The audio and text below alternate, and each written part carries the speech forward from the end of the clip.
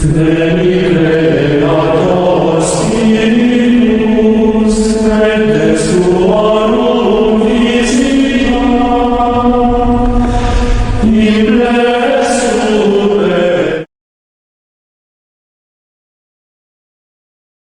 Salve fratres, te iterum videre, Patris Allegro, veritas liberabit vos. Malam ini kita membahas filsafat ya, Philosophia Ancilla Theologiae, sebagaimana istilah dalam abad pertengahan yang membantu kita sampai sekarang. Filsafat adalah penolong teologi. Melalui filsafat kita bisa memahami wahyu.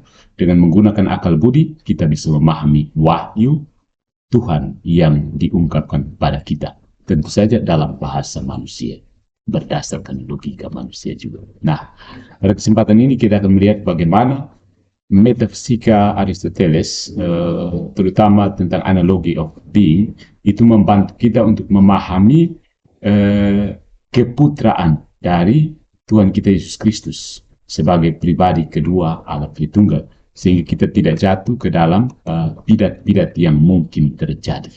So, pertemuan ini kita beri judul Ontologi Aristoteles dalam Kristologi Thomistik. Ontologi itu artinya ilmu tentang yang ada, ya, singkatnya seperti itu. Ilmu tentang apa yang ada.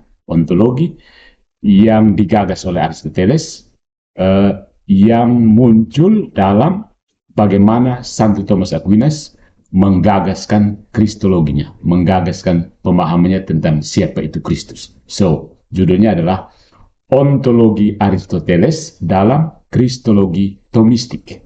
Ya, Ontologi Aristoteles dalam Kristologi Thomistik. Bagaimana suara? Sudah oke ya, Handayani?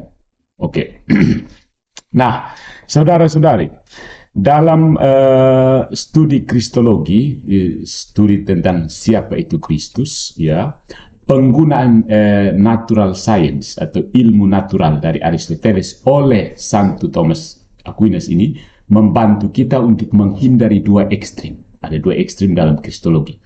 Yang pertama itu apa yang dinamakan kristologi dari bawah, yaitu dia dari kaum neo-modernis, itu dengan kecenderungan Nestorian dan Arian. Ya, Nestorian dan Arian. Kristologi dari bawah ini maksudnya secara singkat seperti ini. Yesus itu manusia dulu, baru kemudian diangkat menjadi Allah. Jadi kalau yang varian Nestorian itu misalnya Maria melahirkan Yesusnya sebagai manusia, kemudian baru Yesus ini dijadikan Allah begitu. Ya, konsekuensinya banyak bidat bisa bermunculan. Lalu Arian itu dia mengatakan bahwa Yesus Kristus itu diciptakan, ya, Arian. Dia diciptakan, dia tidak sehakikat dengan Bapa. Ya, ini kristologi dari bawah. Kemudian naik ke atas, baru mengagungkan, mungkin dalam tulisan-tulisan Paulus baru diagungkan. Jadi, kristologi yang dari bawah ini yang rupanya menjadi pegangan dari teman-teman kita yang polemikus muslim. Ketika mereka mau berdebat dengan orang Kristen, mereka mengatakan, kamu itu penyembah manusia. Itu kristologi dari bawah. Karena Yesus itu manusia, Yesus itu hanya seorang nabi. Kamulah yang mengangkat dia menjadi Tuhan. Itu underground kristologi, underground from bottom up kristologi. Oke, ini daun modernis. Ini Zuma, Riva, untuk sekedar menyebut nama ya. Teman-teman kita polemikus muslim mencoba melihatnya kristologi dari bawah. Itu bersifat Nestorian dan Arian. Ya, itu ekstrem yang pertama ya, saudara. Ekstrem yang kedua itu namanya monofisitisme. Ya, monofisitisme itu yang tersirat dalam teologi apapun yang merendahkan kemanusiaan suci Tuhan kita. Beberapa pendapat terakhir dari pendeta-pendeta Protestan terbaru tentang solus Christus itu ada bahaya di sini, ada bahaya monofisitisme. Ya, beberapa pendapat terakhir MYM misalnya, keunggulan Kristus di atas semua yang lain-lain, itu ada bahaya monofisitisme ya. Karena Yesus Kristus itu menjadi manusia, diam dan berkemah di antara kita. Kalau lupa inkarnasi bahaya. Jadi monofisitisme yang tersirat dalam teologi apapun yang merendahkan kemanusiaan suci Tuhan kita. Bahasan terakhir dari MYM, saya pikir kalau dicermati bisa ada unsur monofisitisme ya. Solus Christus. Oke. Nah, Saudara-saudariku, konsep kunci, the key point dalam filsafat Aristoteles atrem,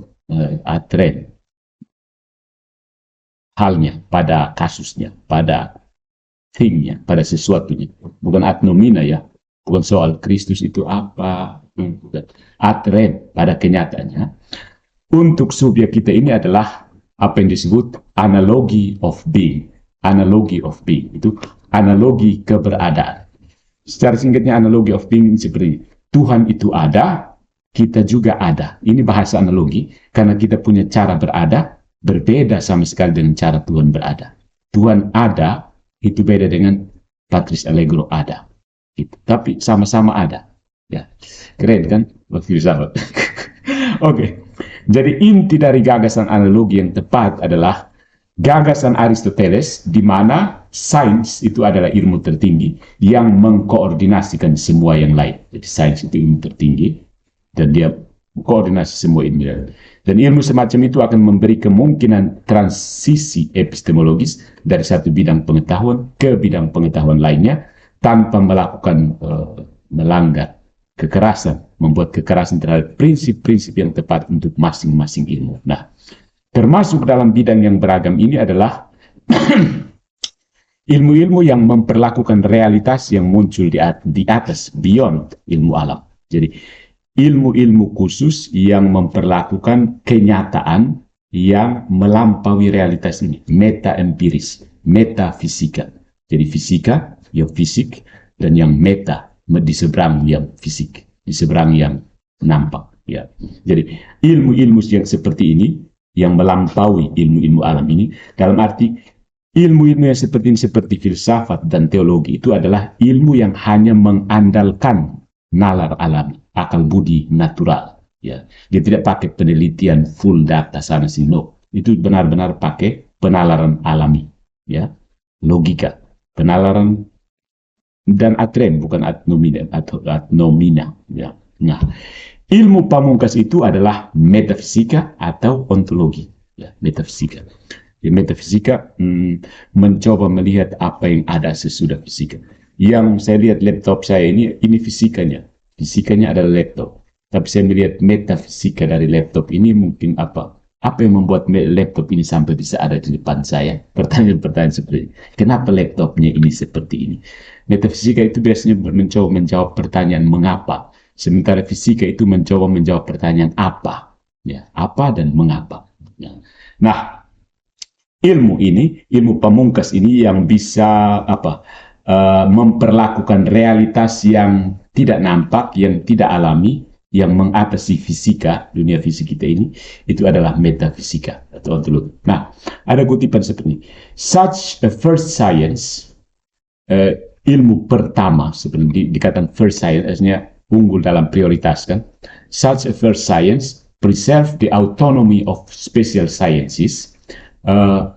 Ilmu pertama ini, ilmu utama ini menjaga otonomi dari ilmu-ilmu khusus, tetapi mengkoordinasi, atur sama-sama, koordinasi, mengkoordinasi ilmu-ilmu tersebut dengan membandingkan prinsip-prinsip dasarnya, membandingkan prinsip-prinsip dasar dari ilmu tersebut dan konsep-konsepnya seturut dengan kesamaan dan perbedaan. Ya. Jadi metafisika ini sebagai satu ilmu alam, ilmu yang melampaui alam, dia mengkoordinasi ilmu-ilmu yang ada dengan melihat apa kesamaannya, apa perbedaannya, samanya di mana, bedanya di mana. Itulah yang disebut sebagai analogi. Yeah. This ultimate science came to be called metaphysics. Yeah. Ilmu pamungkas ini pada gilirannya disebut sebagai metafisika. Ya, metafisika. Metafisika, meta artinya di seberang, fisika artinya ya fisika ini, di seberang yang fisik, metafisika. After physics or natural science. Ceritanya begini, kenapa bisa disebut metafisika? Itu karena saya sudah lupa orangnya, orang yang mengumpulkan tulisan-tulisan Aristoteles, dia mengkategorikan bahwa buku-buku yang seperti ini dibaca sesudah membaca buku Aristoteles yang berjudul Fisika. Jadi, sesudah fisika. Dia mengkategorikan buku-buku ini sebagai buku-buku sesudah fisika. Ada 8 atau 10, 12 buku-buku fisika. Jadi ini buku-buku fisika, ini buku-buku metafisika. Artinya harus dibaca sesudah fisika. Nah, dalam menerapkan konsep analogi yang tadi, kesamaan dan perbedaan, dalam kristologi, yaitu ilmu tentang siapa itu Kristus, kita dapat membagi topik bahasan kita malam ini, subjek bahasan kita ini menjadi tiga bagian. Yang pertama, Tuhan itu sendiri yang kita pertimbangkan di dalam esensi dan atributnya. Esensi dan atribut. Esensi itu artinya keapaan, atribut artinya tambahan-tambahan, apa-apa yang dimiliki. Ya. Jadi kita pertama mempertimbangkan Tuhan dalam esensi dan atributnya. Lalu yang kedua, kita akan membahas tentang Tritunggal dan Logos Asarkos. Logos Asarkos artinya dari bahasa Yunani logos, benih, logos, sabda, firman, asarkos, yang tidak berdaging. Artinya firman sebelum inkarnasi. Ya. Tritunggal dan Logos Asarkos. Dan yang ketiga itu Logos Ensarkos. Itu firman yang berinkarnasi. Ya. Logos Ensarkos. Jadi ada 3 hal. Pertama, kita pertimbangkan esensi dari Tuhan dan atributnya. Yang kedua, Tritunggal dan Logos Asarkos, firman sebelum inkarnasi. Dan firman bukan inkarnasi, firman tanpa inkarnasi lebih tepat. Karena sebelum ini artinya mengandaikan waktu, ya. Firman tanpa inkarnasi. Dan yang terakhir, firman dalam inkarnasi. Logos Ensarkos. Vamonos. Yang pertama, saudara-saudari, berbicara tentang anti-intelektualisme yang kejam dari reformasi Protestan. Kita terakhir harus singgung Protestan juga, ya. Mortimer Adler menyalahkan, dia yang menyalahkan. Mortimer ini menyalahkan teologi Protestan karena menurut Mortimer, teologi Protestan ini gagal untuk memahami analogy of being, analogi keberadaan. Saya ingat perdebatan yang terbesar tentang analogi keberadaan ini terjadi antara Karl Barth dan Erik Psiwara. Erik Psiwara itu mewakili gereja Katolik dan Karl Barth ini mewakili reformasi Protestan tentang analogy of being. Nanti pada pembahasan berikut kita bicara tentang analogy of being sebagai prinsip teologi gereja Katolik, analogi keberadaan. Oke. Nah, mencontohkan pentingnya dasar analogi dengan kosakata yang kita gunakan untuk berbicara tentang Tuhan, Mortimer ini menunjukkan kegagalan Protestantisme modern untuk menghadapi tantangan yang ditimbulkan dalam karya Ludwig Feuerbach. Ya, Ludwig Feuerbach seorang pemikir Protestan, ya, dalam bukunya The Essence of Christianity. Ya, The Essence of Christianity. Nah, apa kata Mortimer Adler tentang kegagalan Protestantisme ini? Feuerbach noted that the attributes of God and of man appear to be the same. Oke. Feuerbach ini mencatat bahwa atribut dari Tuhan dan sama itu kelihatan, Tuhan dan manusia itu appear to be the same. Kelihatannya sama. Jadi Feuerbach ini mengatakan bahwa atribut Tuhan dan atributnya manusia itu kelihatan sama. Atribut itu maksudnya kalau saya tinggi, saya tidak cerdas, begitu. Saya bodoh, begitu. Atribut. Ya. We say that God lives and that man lives. Kita berkata bahwa Tuhan hidup dan bahwa manusia hidup. Bahwa Tuhan tahu dan bahwa manusia tahu. Bahwa Tuhan menghendaki dan bahwa manusia menghendaki. Bahwa Tuhan mencintai dan bahwa manusia mencintai. Jadi dalam hal ini Feuerbach ini mengatakan bahwa keduanya sama, tidak ada yang beda. Jadi Tuhan hidup, manusia hidup. Tuhan mencintai, manusia mencintai. Tuhan baik, manusia baik, begitu. Ya. Feuerbach kemudian menunjukkan dengan tepat bahwa ketika dua objek punya atribut yang sama, mereka harusnya sama. Ketika dua objek punya atribut yang sama, mereka seharusnya sama. Ada bahaya di sini kan. Ketika Tuhan bisa berbicara dan Patris Allegro bisa berbicara, berarti saya sama dengan Tuhan dong, ya kan? Nah, kesimpulan seperti itu. They must be identical. God and man have the same attributes. Hence, They are identical. Identical atau identical. Ya. Jadi Feuerbach, Mortimer Adler menunjukkan bahwa ini teologi Protestannya gagal karena ini. Gagal. Kolaps.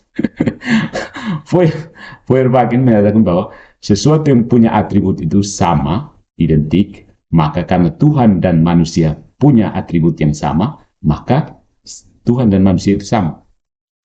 Sudah tangkap ya? Tuhan bisa bicara, Patris Allegro bisa bicara. Berarti Patris Allegro sama dengan Tuhan dong. Ya kan? Nah, the remarkable fact is, fakta yang patut diamati adalah bahwa 6 generasi dari teologi Protestan Jerman, dari Schleiermacher sampai pada Karl Barth, dan sampai sekarang, mungkin menurun juga sampai MYM dan Degengadas, mereka semua tahu bahwa ini adalah death blow, pukulan mematikan untuk Kristianitas. Ya kan? Pukulan mematikan untuk Kristianitas. Yet, none was able to answer Feuerbach. Tetapi, tidak seorang pun yang sanggup untuk menjawab Feuerbach dengan mengoreksi kesalahan mendasar yang telah dibuat. Begitu. Kesalahan mendasar yang telah dibuat. Ya. Kesalahan mendasar. Nah, kesalahan mendasar ini adalah kegagalannya untuk melihat bahwa sementara Allah dan manusia punya atribut yang sama, hidup, kata kerja hidup, kata kerja mengetahui, kata kerja menghendaki, kata kerja mencintai itu, kalau dikatakan terhadap Tuhan dan terhadap manusia itu, dikatakan secara analog, bukan univok. Ya. When his basic error dari Feuerbach ini adalah kegagalannya untuk melihat bahwa ketika Tuhan dan manusia punya atribut yang sama, hidup, tahu, mau, mencintai, kalau dikatakan terhadap Tuhan dan manusia itu dikatakan secara analog, bukan univok. Jadi kalau Patris Allegro makan, Inten Frederick makan, itu univok. Tapi kalau Patris Allegro makan, Tuhan makan, itu sudah Dewa makan, itu sudah analog, bukan univok. Nah, apa yang Adler terapkan pada tindakan Tuhan, kita dapat menerapkannya pada esensi dan atribut-atribut Tuhan sendiri. Ya. God is, Tuhan ada. Saya, Patris Allegro, ada. Ya. God is, I am. Ya. Tapi sementara saya ada, ya, saya tidak mungkin bisa pernah mengatakan bahwa saya, I am who I am. Seperti ketika Tuhan sendiri mewahyukan dirinya. I am who I am. Saya bukanlah ada. Saya bukanlah saya yang ada. Beda kan? God is, I am. Jadi saya ada dan Tuhan ada itu berbeda. Karena keberadaan saya itu diturunkan, derived. Bersifat kontingen, tidak mutlak. Dan sepenuhnya bergantung pada satu-satunya keberadaan atau being yang esensinya adalah berada. Jadi Tuhan itu sendiri esensi sama dengan eksistensinya. Tuhan itu sekedar ada. Tuhan ada. Begitu. Nah, kita yang lain termasuk Patris Allegro itu mengambil keberadaan. Punya keberadaan secara kontingen. Karena keberadaan kita tergantung dari keberadaan Tuhan itu. Nah, ada tersebut, ada yang tidak bergantung itu, dan hanya Dia yang bisa berkata, I am who I am. Saya adalah yang ada. Karena Dia adalah necessary being. Ada yang mutlak, ada yang niscaya, Sedangkan Dia adalah ada yang merupakan kepenuhan dari keberadaan. Demikian juga ketika saya berbelas kasihan atau adil atau mengatur mereka yang bergantung pada saya, mengkoordinasi mereka yang bergantung pada saya dan lain-lain.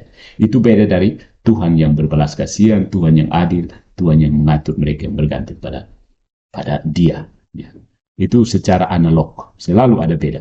Jadi saya adalah I am itu, atau saya memiliki belas kasihan, saya adil, saya mengatur itu, punya semua atribut itu dalam keadaan pengertian yang terbatas. Ya, saya terbatas dalam keadilan, saya terbatas dalam belas kasih, saya terbatas dalam cinta, saya terbatas dalam belas kasih dan cinta.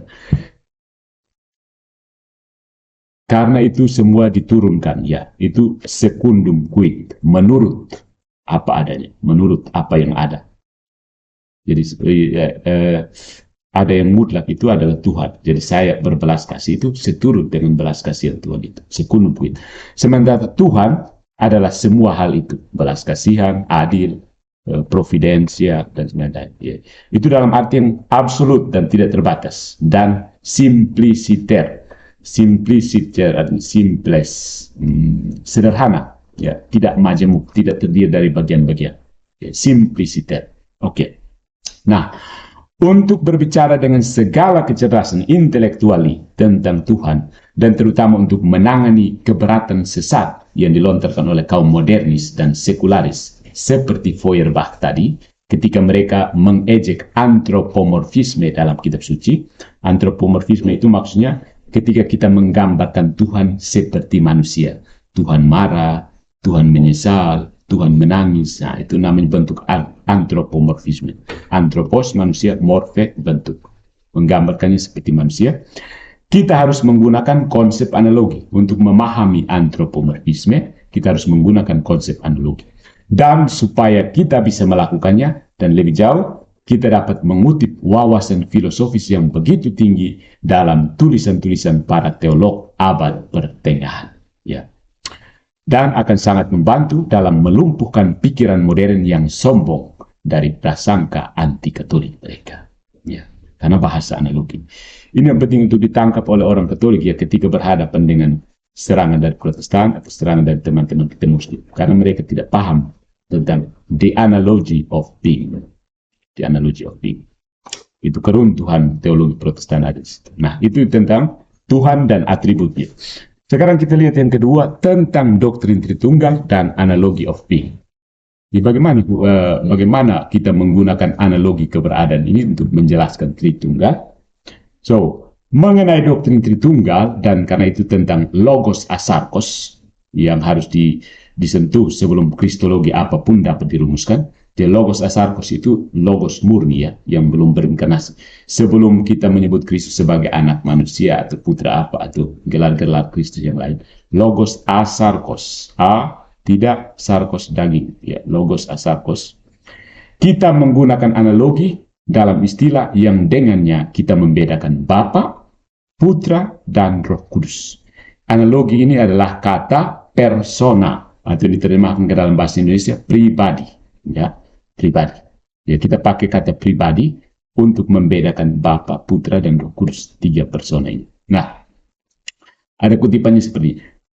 Metafisika membantu kita untuk mengapply, untuk mengimplikasikan, mempraktikkan implikasi relasional dari istilah analogis persona atau pribadi kepada Tuhan.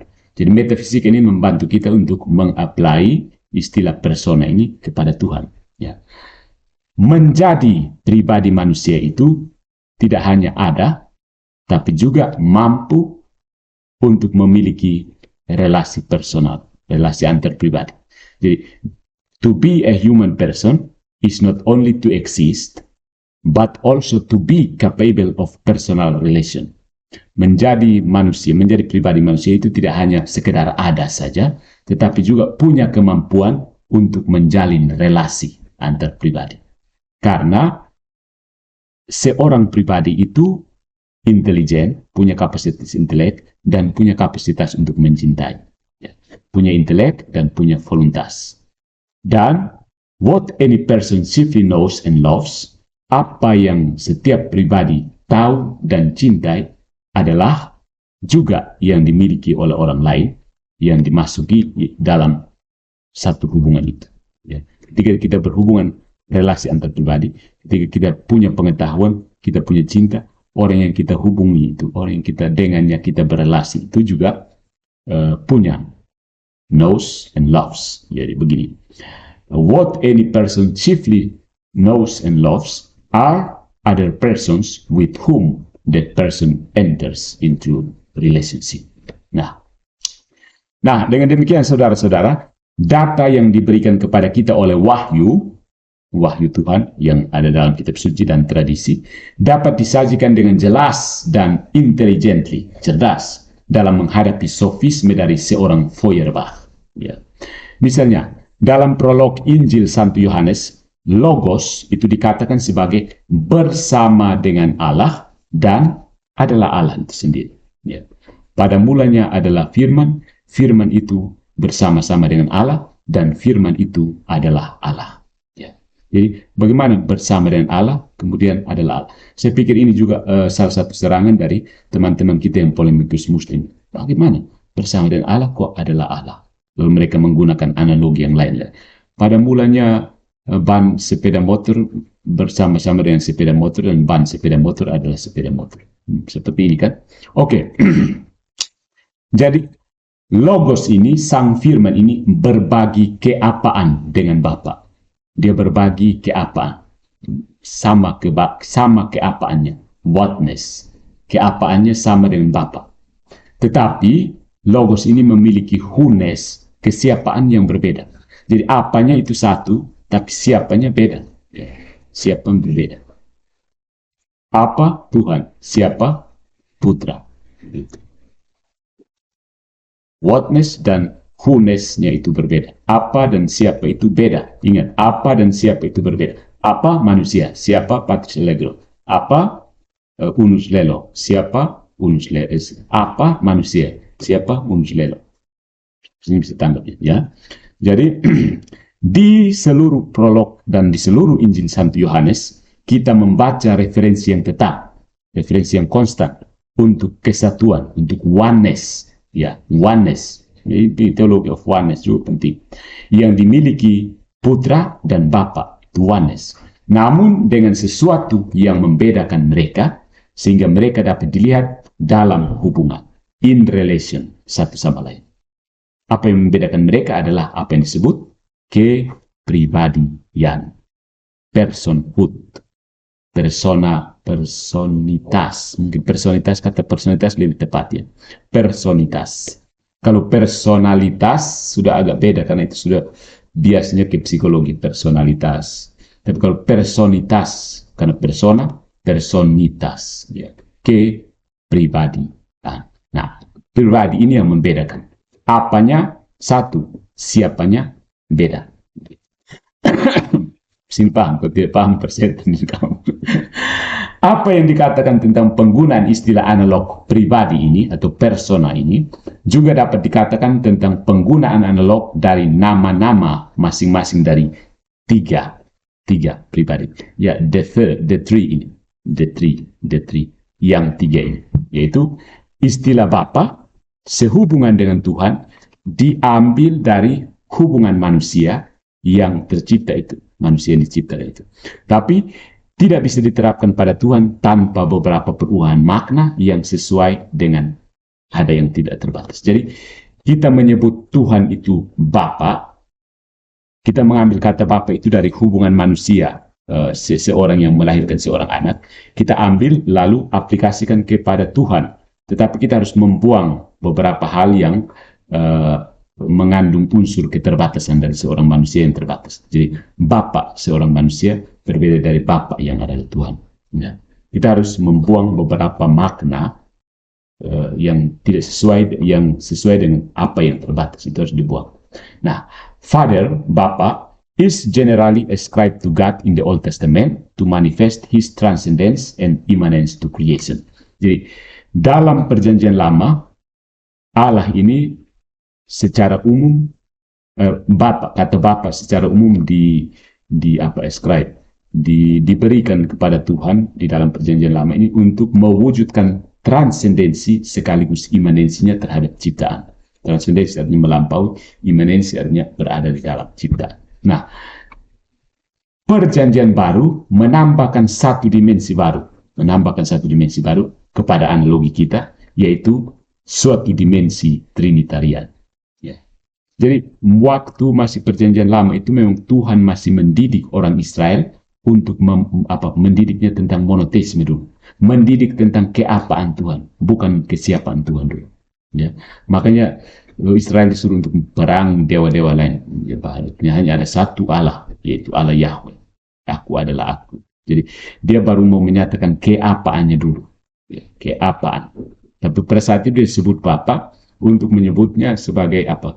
Mewujudkan transendensi dan imanensi. Nah, waktu perjanjian baru ketika Yesus datang, ketika Yesus firman berinkarnasi, baru dia mewahyukan kesiapaan Tuhan itu. Ya.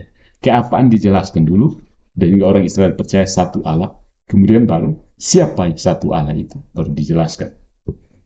Dalam perjanjian baru yang disebut dimensi Trinitas. Oke. This seems to be, ini kelihatan adalah apa yang Santo Paulus pikirkan ketika dia berkata, I bow my knees to the Father of our Lord Jesus Christ. Saya bertekuk lutut kepada Bapa dari Tuhan kita Yesus Kristus, of whom all paternity in heaven and earth is named. Kepada siapa? Kepada siapa segala kebapaan di surga dan di bumi diberikan. Ya. Analogi pertamanya adalah kebapaan dari Allah, dan yang kedua adalah kebapaan dari yang tercipta ini, kebapaan yang tercipta manusia. Nah, dalam analogi, ya penting diingat, sesuatu itu sama dan sekaligus ada yang berbeda. Apa yang sama dan apa yang berbeda dalam penggunaan kata Bapa yang serupa? Bapa Tuhan kita Yesus Kristus. Santo Thomas sangat tepat menegaskannya. Dia menegaskan seperti ini. The name of Father, nama Bapa, menandakan secara langsung suatu relasi. Ya. Bapa itu kan hanya bisa ada kalau ada anak, ya. Bapa dan putra. Kalau tidak ada putra, seorang laki-laki tidak bisa disebut Bapa. Dalam pengertian paling mendasar. Kamu tidak bisa disebut Bapa kalau kamu tidak punya anak. Gitu. Demikian pula seseorang tidak bisa disebut anak kalau tidak ada bapaknya. Jadi nama Bapa ini menandakan secara langsung menandakan sebuah relasi. Ya. Dan esensi yang di dalamnya identik. Suatu esensi, suatu hakikat yang identik. Ya. Istilah Bapa di dalam Trinitas itu mengacu pada perbedaan dalam relation of origin, relasi keberasalan, ya, relation of origin. Jadi Bapa itu mengacu pada, Bapa dalam Trinitas itu mengacu pada perbedaan di dalam relasi asal mula, relasi asal usul. Bapa itu sebagai pengasal, putra itu berasal dari, begitu.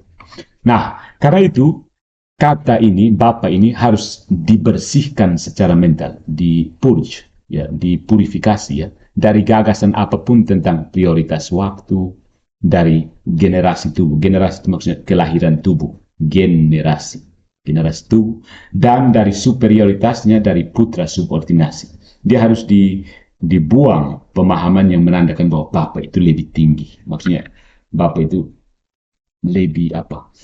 lebih besar secara itu relasi dia lebih ini, bukan karena dia lebih greater than the father, ya, subordinasi, putra subordinasi itu harus dibuang. Yang semuanya hadir dalam kebapaan manusia. Karena kalau Bapa dengan anak, biasanya Bapa kan minimal umurnya lebih tua, Bapa hidup lebih dulu, baru kemudian ada anak. Nah, itu yang harus dibuang, karena Bapa dan putra relasinya tidak seperti itu. Karena Allah ini relasinya kekal. Ya. Dari kekal, Bapa dan putra itu sudah ada dalam relasinya. Ini harus dibuang dalam istilah kebapaan yang manusia.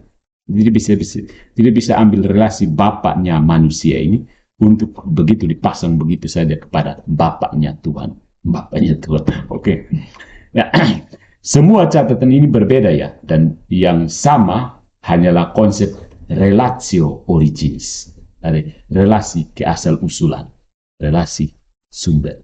Relasi keasal. Karena Bapa pasti datang, Bapa itu melahirkan putra, dan putra itu pasti datangnya dari Bapa. Tapi ini hanya soal relasi, bukan Bapa yang lebih dulu baru kemudian anak, atau Bapa itu lebih besar baru kemudian anaknya, begitu. Tidak seperti itu. Hanya yang penting yang diambil yang menyamakan Bapa manusia dengan Bapa Tuhan itu adalah relatio origins. Nah, kalau ini benar tentang Bapa, demikian juga korelasi Trinitarian dari Putra harus diterapkan secara analogis pada Logos juga. Ya. Nah, secara diam-diam mengutip Rula Agustinus, peraturan hidup dari Agustinus, ada seorang imam bernama Pastor Ashley mencatat konsep analogi komunitas di dalam Tuhan. Jadi dia menggunakan analogi komunitas untuk menjelaskan Trinitas. Ya. When we know and love another intimately, ketika kita mengenal dan mencintai orang lain secara intim, kita masuk ke dalam komunitas dengan pribadi tersebut, dengan pribadi yang lain. Ketika mengenal dan mencintai orang lain secara intim, secara akrab, kita masuk ke dalam komunitas dengan orang lain itu. Memberi diri kita kepada yang lain itu dan menjadi sebagaimana satu hati, satu pikiran. Orang Daun punya istilah nekaf mese, ansof mese. Itu komunitas. Komunitas itu nekaf mese, ansof mese. One heart and one mind. Ya, as it were. Jadi ketika mengenal dan mencintai seseorang, kita masuk ke dalam komunitas yang nekaf mese, ansof mese itu. Karena itu, ini tidak kontradiktoris. Bukan sesuatu yang kontradiktoris kalau kita melihat dalam Tuhan itu inteligensi tertinggi dan cinta, ya, dari self-giving of the Father, pemberian diri dari Bapa yang secara kekal, dari kekal itu diberikan kepada Putra. Ya, jadi Bapa itu mengenal dan mencintai Putra itu, ya, dari kekal. Hence, it is not contradictory to see that in God, who is supreme intelligence and love, karena dia adalah kecerdasan tertinggi dan cinta, maka dia memberikan itu pour out into the Son, memberikannya kepada Putra. Dan antara Putra dengan Bapa ada kesetaraan, total equality of life, kehidupan, knowledge, pengetahuan, dan cinta di dalam Roh Kudus, in the Holy Spirit. Yeah. And between the Son and the Father, there is a total equality of life, knowledge, and love in the Holy Spirit. Yeah. Dengan demikian, dalam komunitas Tritunggal Maha Kudus, komunitas Tritunggal Maha Kudus, kita punya analog utama bagi komunitas gereja. Yeah. Ada komunitas Tritunggal Maha Kudus, ada komunitas gereja, dan semua masyarakat manusia. Ya, dimulai dengan keluarga. Ya.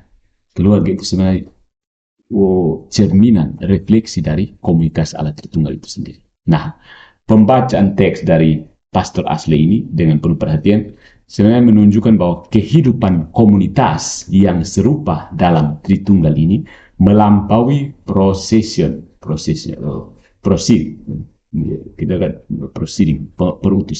prosesi, dan mencakup gagasan perikoresis. Pernah dengar perikoresis ya? Kalau orang-orang yang sering mengutak-atik Tritunggal pasti pernah dengar perikoresis.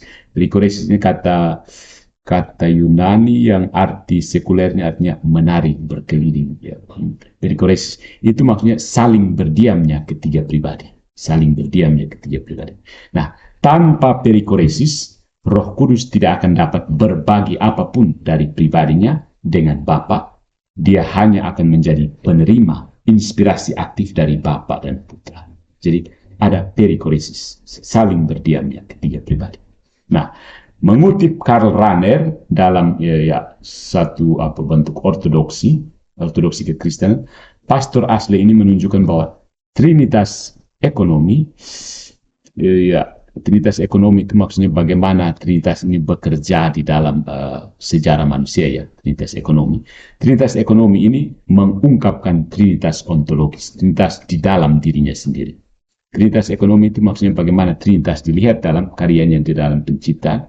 Sementara Trinitas ontologis itu artinya Trinitas di dalam keberadaan sendiri, yaitu karya-karya Trinitarian termasuk misi-misi ad extra keluar pada waktunya mengungkapkan prosesi Trinitarian dalam kekekalan. Jadi apa yang terjadi di dunia yang kita lihat sepertinya seolah-olah menyejarah historis dalam waktu, berurutan dalam waktu, itu sangat mengungkapkan Trinitas ontologis yang dari kekal sampai kekal itu Trinitarian. Bapa, Putra, dan Roh Kudus itu dari kekal sampai kekal. Bukan pertama-tama Bapa dulu, jalan-jalan, kemudian Putra, jalan-jalan lagi, baru kemudian Roh Kudus. No, itu salah. Ya, jadi seperti tercatat begini. As the Father is manifest in creation, sebagaimana Bapa itu mewujud di dalam penciptaan, Putra itu manifest dalam inkarnasi secara historis, dan Roh Kudus bermanifestasi dalam karya historis dari gereja. Nah, kadang-kadang tafsiran seperti ini yang menimbulkan teologi macam-macam. Bapa sudah selesai, dia berubah jadi Putra, kemudian dia berubah menjadi Roh Kudus. Saya pikir ada pikiran seperti ini. Oke. Karena itu, saudara-saudari, world history, sejarah dunia ini adalah manifestasi dari pencurahan kekal dari kehidupan dan cinta di dalam diri Tuhan. Jadi manifestasi itu perwujudan dalam sejarah dunia. Itu adalah outpouring of life and love within God. Jadi Tunggal Maha Kudus ini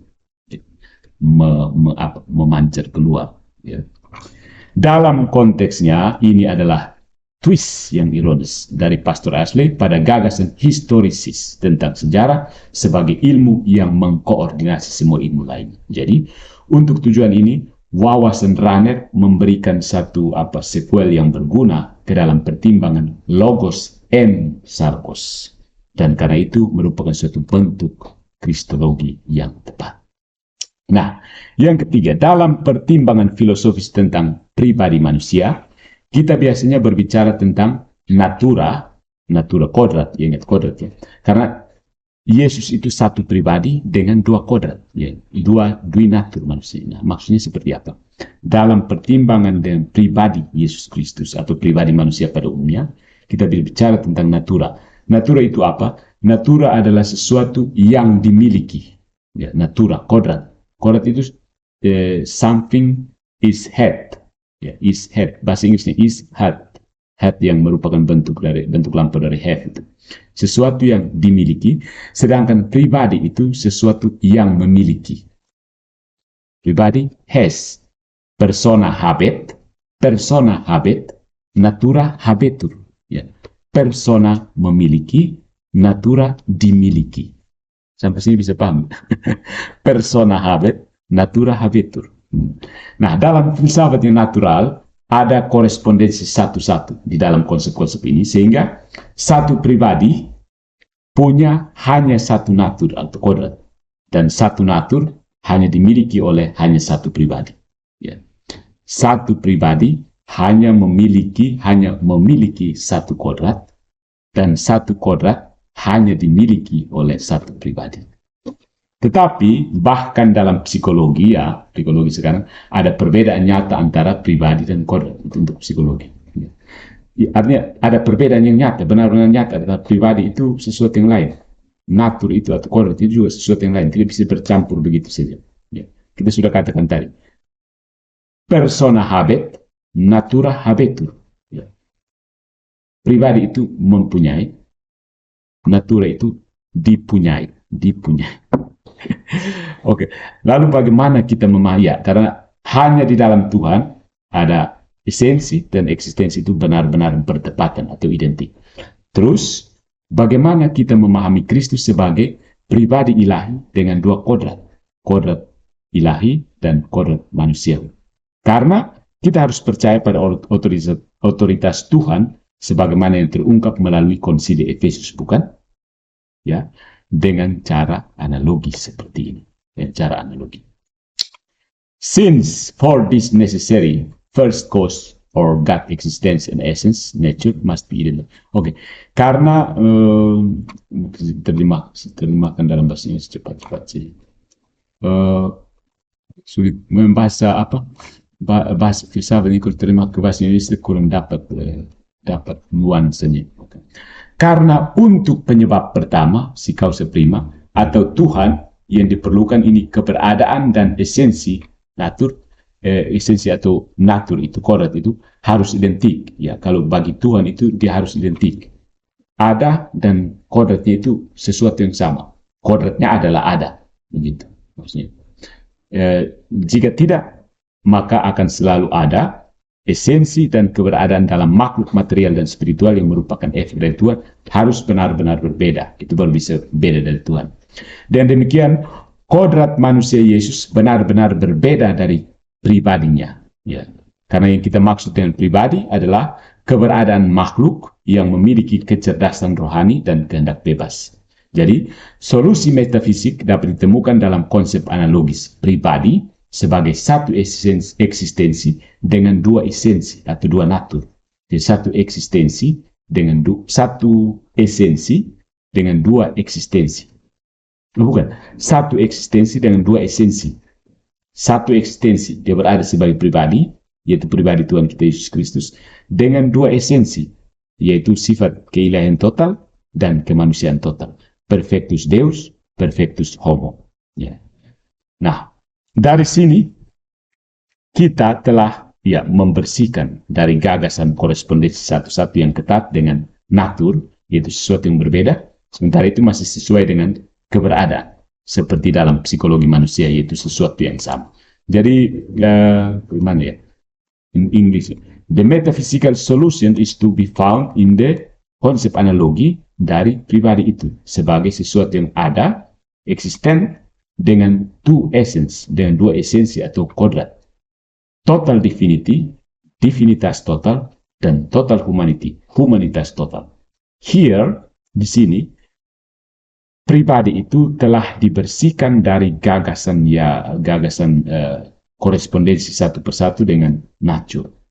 Ya, pribadinya sudah tidak lagi sama koresponden satu-satu dengan nature, karena dia sudah ada satu eksisten yang punya dua esensi. Ya. Sesuatu yang berbeda. Ya. Sementara masih berhubungan dengan eksistensinya, sebagaimana dalam psikologi manusia, sesuatu yang sama. Nah, Pastor Ashley ini tampaknya juga menerapkan analogi pada komunikasio idiomatum, komunikasi idiom, komunikasi bahasa, yang didasarkan pada satu sifat Kristus ke yang lain, karena penyatuan sifat Kristus ini, natur Kristus ini, natur ya, nature ya, kodrat ya, dari satu kodrat Kristus ke kodrat yang lain karena penyatuan keduanya yang tidak terlukiskan di dalam satu hipostasis. Jadi kodrat-kodrat ini bersatu dalam satu hipostasis. Sampai di sini memang membingungkan sekali dengan bahasa-bahasa yang berbeda. Thus, it is literally true. Ini menyinggung tentang penderitaan nanti ya. Wafatnya di salib itu Tuhan apa manusia yang menderita ya, itu orang yang mati di salib itu manusianya apa Tuhannya gitu. Jadi secara harfiah benar bahwa Tuhan menderita seperti kita menderita, meskipun dia menderita bukan dalam sifat ilahi, bukan dalam natur, bukan dalam kodrat ilahinya, tetapi dalam kodrat manusiawinya. Analog dengan fakta bahwa ketika saya mengalami sakit gigi, dalam tubuh sayalah saya menderita, bukan dalam kecerdasan saya. Karena saya mungkin cukup yakin bahwa dokter gigi akan segera memperbaiki gigi yang sakit itu dan menghilangkan rasa sakitnya, namun sesungguhnya akulah yang menderita rasa sakit yang menyiksa itu. Wow. Begitu ya. Tentang ini bisa tangkap. Oh, kalau belum tangkap nanti dengar kembali lagi. Oke. Nah, saudara-saudariku, ini hanyalah beberapa pertimbangan singkat tentang kegunaan konsep analogi Aristotelian atau mistik dalam kristologi. Jadi, ini untuk menjawab pertanyaan yang sering ditanyakan oleh teman-teman kita polemikus muslim. Tuhan itu mati salib. Tuhan kok bisa mati? Nah, ini tugas untuk teman-teman sekalian merenungkan itu. Yang mati di kayu salib itu Tuhan atau manusia? Oke. Terima kasih. Kalau kamu mau baca lebih lanjut, terus untuk lebih paham, itu ada class notes yang saya kutip itu, The Historical and Ontological Unification of Modern Knowledge. Ada HTTP-nya yang saya tampilkan. Kemudian Mortimer J. Adler, itu yang dia mengkritik Feuerbach. Concerning That, Modern Man and Religion.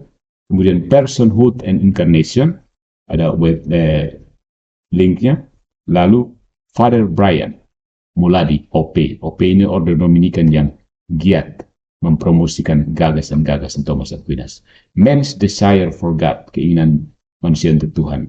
Lalu ya kitab suci ada Efesus bab 3 ayat 14 sampai 15. Dan Personhood and Incarnation juga. Ya, ini tadi ya. Homecast.net, nanti saya tampilkan di videonya. Terima kasih dan sampai jumpa.